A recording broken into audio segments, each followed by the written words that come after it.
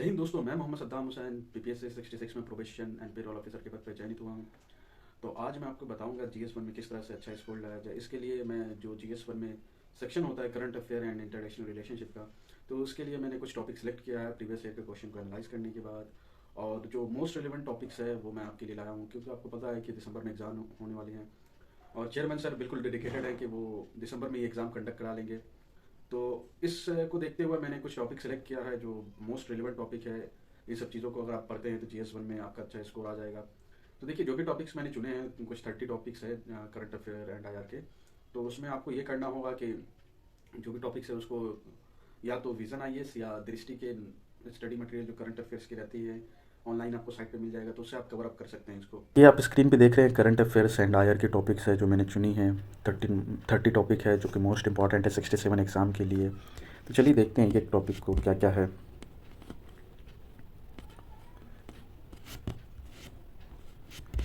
पहला जो टॉपिक है रशिया एंड यूक्रेन कॉन्फ्लिक्ट है and it's impact on India. तो इन टॉपिक्स को आपको कवर करना है। आपको विजन आईएएस की नोट से मिल जाएगा, दृष्टि की नोट से आपको मिल जाएगा। दूसरा है एससीओ एंड इंडिया के बारे में है। इंडिया एंड चाइना डिस्प्यूट जो कि हॉट टॉपिक है, हमेशा रहता है कॉन्फ्लिक्ट में, तो इसको पढ़ना मोस्ट इंपॉर्टेंट टॉपिक है। इंडिया एंड नेपाल के बारे में, रिलेशन के बारे में कब पढ़ना है, किस तरह से चाइना का इन्फ्लुएंस हो रहा है, किस तरह से इफेक्ट डालेगा इंडिया की इकोनॉमी पे। तो इन सब चीज़ों को पढ़ना है, ग्लोबली क्या इम्पैक्ट पड़ेगा। तो हर डायमेंशन से कवर करना है जो भी टॉपिक्स है इसमें। ये सब चीज़ें आपको नोट्स में, स्टडी मटेरियल में मिल जाएंगी जो करंट अफेयर विजन आईएएस का दृष्टि का रहता है वहाँ। आगे है इंडिया एंड आसियान के बारे में, किस तरह से नॉर्थ ईस्टर्न स्टेट को हेल्प मिलेगा इससे, आसियान ग्रुप से। आसियान ग्रुप क्या होता है, तो एक बात मैं बता दूं, जो भी ऑर्गेनाइजेशन है, ग्रुप्स है, जैसे एससी हो गया, आसियान हो गया, बिम्स्टेक हो गया, ब्रिक्स हो गया, तो इन सब चीज़ों की बेसिक जो स्टैटिक चीज़ें हैं, जैसे कब बना, क्या विज़न है, क्या ऑब्जेक्टिव्स है, क्या एम्स है, तो सबका एक जगह आप लिख के रख लें। इससे आपको ये फ़ायदा होगा कि जब भी इनसे रिलेटेड पूछा जाएगा तो आप इंट्रोडक्शन दे सकते हैं इन ऑर्गेनाइजेशन के बारे में, क्या है, क्यों बना, किस तरह से बना। तो ये ज़्यादा अट्रैक्टिव होगा आपको क्वेश्चन, जो आंसर आप लिखेंगे वो ज़्यादा अट्रैक्टिव होगा। इसी तरह से आगे आप Indian Ocean maritime security in contest of South China Sea, इसको भी कवर कर सकते हैं आप। और आगे है आपको 7 topic India and UNO United Nation Organisation जो है, तो परमानेंट मेंबरशिप के लिए क्या इंडिया करे, क्या करे जो परमानेंट मेंबरशिप मिल जाए इंडिया को, मतलब अभी तक क्यों नहीं मिला है, मिलेगा तो क्या इफेक्ट पड़ेगा। इन सब चीज़ों को अलग अलग डायमेंशन से कवर करना।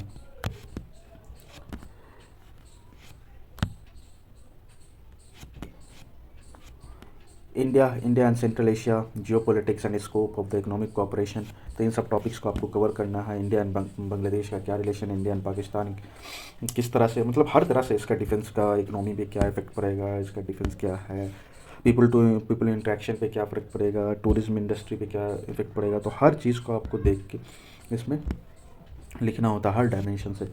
प्रॉब्लम क्या है वेस्ट एशिया एंड इंडिया में, उसका रिलेशन इंडिया से क्या है, वेस्ट एशिया में जो प्रॉब्लम हो रही है तो उसका रिलेशन इंडिया से क्या है, इंडिया पे क्या इफेक्ट पड़ेगा, या इंडिया क्या इफेक्ट डाल सकता है वेस्ट एशियन कंट्री में, कैसे इंडिया के लिए हेल्पफुल है, कैसे रिसोर्स रिच एरिया जो है इंडिया किस तरह से उसको, उसके पोटेंशियल को यूटिलाइज़ कर सकता है।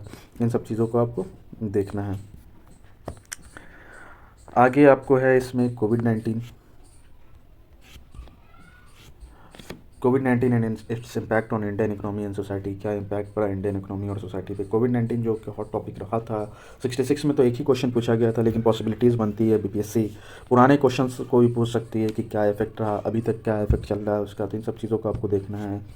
यूएसए इंडिया का क्या रिलेशन है, किस तरह से इकोनॉमी इफेक्ट होती है, किस तरह से ग्लोबली इम्पैक्ट डालता है इंडिया यूएसए का रिलेशन, और सब कंट्री से रिलेटेड। जैसे इंडिया अगर यूएसए के नज़दीक जाएगा तो रशिया से क्या इसको पॉजिटिव इम्पैक्ट मिलेगा या नेगेटिव इम्पैक्ट मिलेगा, या चाइना किस तरह से ट्रीट करता है इंडिया को यूएसए के पास जाता हुआ देख। तो इन सब चीज़ों को आपको देखना है।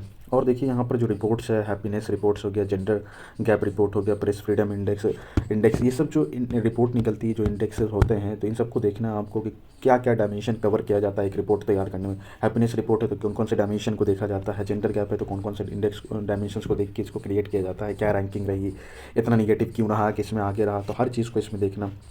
क्वाड इन इंडिया जो मोस्ट इंपॉर्टेंट रहता है। कोविड-19 इंडियन फॉरेन पॉलिसी, कोविड-19 के टाइम इंडिया की फॉरेन पॉलिसी क्या रही, ऑस्ट्रेलिया एंड यूके यूएसए जो एक नया ग्रुप बना है इंडिया से क्या रिलेटेड है, क्या इंपैक्ट डालेगा। तो इन सब चीज़ों को आपको देखना।